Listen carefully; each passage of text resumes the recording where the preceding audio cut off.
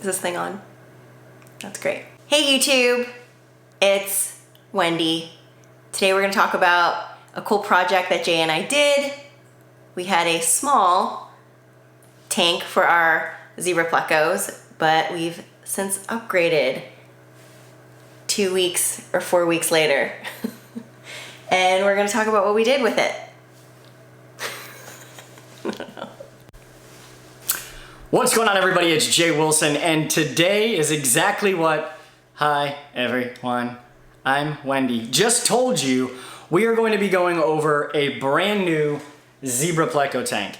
It was only 24 inches long, that's what she said, but we are expanding it to this monstrosity, which I believe tripled the size. This is a 36 by 12 by 12, and our good friends at Prestige Worldwide helped us get it. It was awesome. Couldn't find the right tank, but all of that doesn't matter. We're gonna go through step by step on how we put together this tank and what we're using to filter it and why.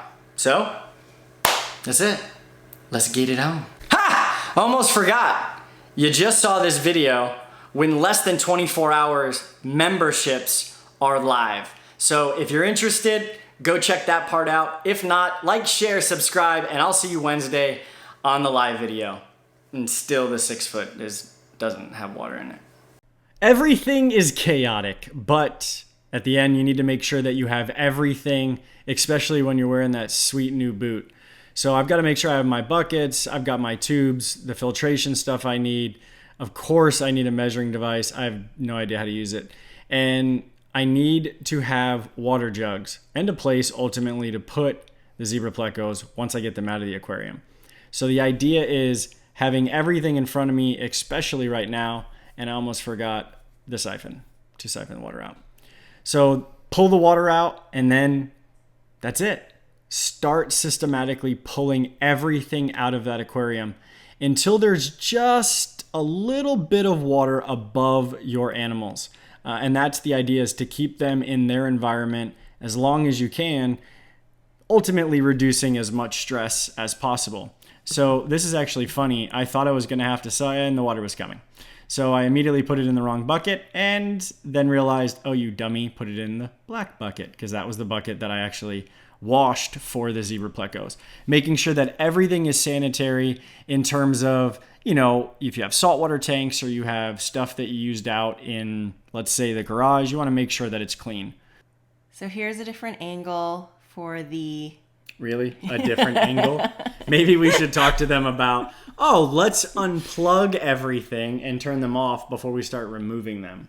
I thought you already did that. No, I didn't. But that's exactly what you're seeing here. I'm turning off everything, making sure the heaters get cooled down before I start ripping things out of the aquarium. And then I want to preserve some of that biological that's in that filter, just for a few reasons. One, to keep the animals, honestly, as least stressed as possible during a transition.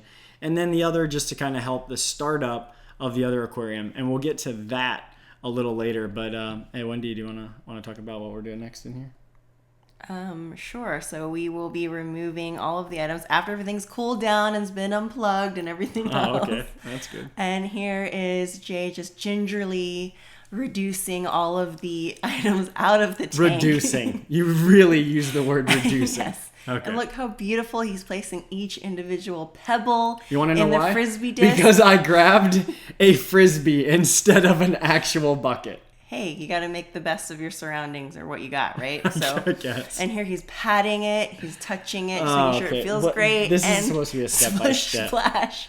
There he goes. Okay. Beautiful. No, I'm actually going to wipe everything down. Hey, look who's in the shot. Tell them what's going on here. So we took everything apart, moved the smaller tank out of the way, obviously. And went in a circle. Went in a circle because Jay decided that the front needed to be a specific way. And we placed it on our beautiful stand that we found together. What happened after this? And then we both decided that we needed to add the tint to it. So after we did that beautiful, was it 180? 360? 360. I don't know. I have no idea. But somebody could tell us in the comments. That'd be great. Hey, get the tint. I think is what just happened there. Yes. So I probably walked a few feet back, took a look at it because I'm very a symmetrical kind of person, and I decided that we needed to black it out because the fireplace motif in the background probably wouldn't be appreciated by the zebra plecos. And to touch on that, not necessarily appreciated, but ultimately would probably make them feel more comfortable. Now I'm going to just check to make sure everything's level. And ultimately everything was right on cue. Now, do you want to explain what you were doing here? I am measuring. Whoa, okay. Sweet. Because I trust myself to measure. Oh, well, we measured. Wow. I did it well. Look at it. Yep. It's you great. see the way I looked at you? And I said, Yes. Yep, up, it's off. By a millimeter or less. Actually, it came out really good. And honestly, it's really hard with the black tint to make sure that you have all the air bubbles out. So word to wise, do it more than you think you're done. Because I'm telling you. So what happened here? We had a little hangover, but we took care of it. Sharp blade is very important, and the background that we were working with was actually quite easy to put on. And reuse. So now I'm really just putting all of the equipment back in. So I'm using a bigger heater. I'm using the CICHLIDS Jolly 20 watt. I'm probably going to add a second one. And then as you can see by my non-booted leg, I have a Whale 200, which is going to filter this 22-gallon aquarium. And then on top of it, I'm going to put a wave maker. Now, before any pleco gurus comment on the bottom, I am working with some foam to put it over the impeller blades. But ideally, I need really nice flow and a long tank because the ultimate goal is to what? Just have 2 zebra plecos or what? We're hoping they are in a happy environment so they make the whoopee and well, baby. But we're probably going to get more. Breeding is not going to be as easy as Wendy just tried to make it out to be, but we're going to try. Now, I'm just double checking to make sure that I have the hoses right and that they all fit, because what you don't want to do is make a cut that is wrong. So after you double check to make sure that the cut's not wrong, because then you're going to need more tube, I just kind of double checked to make sure that everything sat properly, and then I rinsed and put the canister together, making sure that, there was no debris left over, that the O-rings were still good, because I hadn't used this yet. So I did just want to double check. And everything looked good. So I hooked the canister back up, 4 clips. What is your favorite part about the CICHLIDS wheel? My favorite part. Yep, that's what I asked. Do you like when people go, yes, what is my favorite part? No, what is it? I just want to make sure I answer the question properly. I suppose it's an opinion. I don't want to be wrong, but you know what? It's because it's so quiet. Yeah, baby, that's what I'm talking about. It definitely is the quietest canister that I've ever used. And I'll tell you that right now in this room, there are 4 running, soon to be 7. So the idea is ultimately, actually more than 7 because of the paludarium, 9 whale canister filters will be in this room. So I literally am just going through all of the motions to make sure that the hookup's right, that the tubes are right, the in and out is right. Double check the in and out. I can't tell you how many times folks get this wrong, and there's nothing that's bad about it. It happens. So just double check your work. Make sure that, nothing's going to fall apart the moment you plug it in and you have that home improvement Tim the Toolman Taylor type, episode.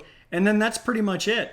So, now what's happening, Wendy? We are filling it back up, apparently, and also placing the gingerly reduced pebbles from before. We knew we were adding them back into the tank, the larger tank. Now, it's actually really cloudy, and I used the same sand. Note to self, when you think you're done rinsing sand, rinse it 100 more times. This is Carib Sea sand, and what is the brand name of the aquarium? Aquatop? No, I'm going to have to edit that out. Mr. Aqua. Mr. Aqua. Oh, this is Mr. Awkward. Okay? Good grief. So, yes, this is a Mr. Aqua. We paid for the tank through Prestige Worldwide Corals. Prestige Worldwide. But they're an awesome all saltwater store, but they're able to get in some really neat stuff. So I am just gingerly placing the river stone back in because I'm trying to hold this piece of driftwood back down. And then ultimately we filled it up with, how many jugs of RO did we use? 2. 2 jugs of RO. And the reason why we did that is because we wanted to make sure that our TDS, what does TDS stand for? Total dissolved solids. Good job. And so the total dissolved solids is a little lower. And I'm only saying this because I had somebody holding the zebra plecos for me, and I wanted to match their water as close as possible. And so that's what I did. And zebra plecos, like clean, fast moving, a little bit of low TDS, and the pH is kind of, I've got it in the upper 6s, lower 7s, and they seem to be doing really well, but only time will tell. So did I cover everything in this? Did I? I think so. Yeah. We did use a new piece of driftwood. It was kind of new. Kind of new. It was in a tank before, and Correct. we just kind of cleaned it off and put it back in. Driftwood's a pain in the butt when you first put it in an aquarium. So honestly, whenever you're setting up a new aquarium, just plan for a couple of things to go wrong, honestly. So why are there 2 different colored tubes coming out of the... Well, first of all, let's get to it. 9 pumps of this bad boy, and you'll hear a gurgling sound. All the water will rush down into the canister, and then I make sure that the knob is at max because it's adjustable, and then I plug it in, and bada bing, it'll start flowing the moment electricity hits this bad boy. But the reason why there are 2 different colored tubes is because I made a mistake. I didn't measure properly, and so I had to improvise and grab another set of tubes from a different canister. And I got lucky because I had that. So remember when I said you're going to make mistakes? Don't make that one. Measure 14 times, cut once. And then that's it. It'll flow. I double check to make sure that there's no leaks from anything, the aquarium, the filter, you name it. And then we get into adding bacteria because I will not set up another aquarium ever. Whether it's new or resetting it up, it will always get this specific product. Turbo start. Okay. Shake, shake, shake, Sonora, and then put this bad boy in. Does it stink? Yes. How it bad? Does. Very bad. Like, earthy earthy, smell. earthy. It's normal. Okay. Put it right in. Great pour job. Done. That's it. Make sure it has an ammonia source. Let's rock and roll. I feel like this next part needs super cool music, so you talk. Okay. Look at that nice romantic flow. This is after we added the larger power head. Yeah. Because the little one we had was not doing a good enough job. It wasn't? No. You want to see the zebra plecos? Skadoosh. Look at that little guy. They're like hide and seek players, but yes, he is doing his thing and I lost him. And I'll never see him again. Ha ha! And there's one inside that cave. But here's the other best picture I got. And here's a final picture of the tank. So what do you think? Did it come out good? I think so. Yeah? I'm proud of us. Yeah, we got a couple more things we got to add, but that's it. So guess what? You know what's next. Holla.